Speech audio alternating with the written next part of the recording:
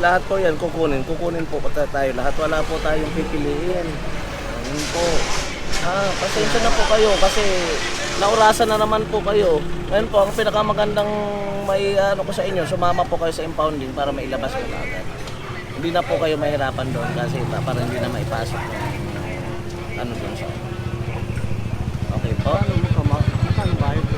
Ay doon na lang po kayo magtanong. Ay sa amin po naninikit lang po kami. Yun lang po ang ano namin dito. Pag tinikitan po kayo, pwede nyo naman po na ipahuli ang pagbayaran ng ticket. Ang asikasuhin nyo po kung paano nyo mailabas po ngayon yung taxi. Tapos ito po, pwede nyo bayaran to sa Pasig, sa opisina namin. Kung may pambayad na po kayo, pwede nyo bayaran. Magkano kayo? Eh, ito po, yung sa amin po, 2,000 po ito yung sa ticket ng illegal parking.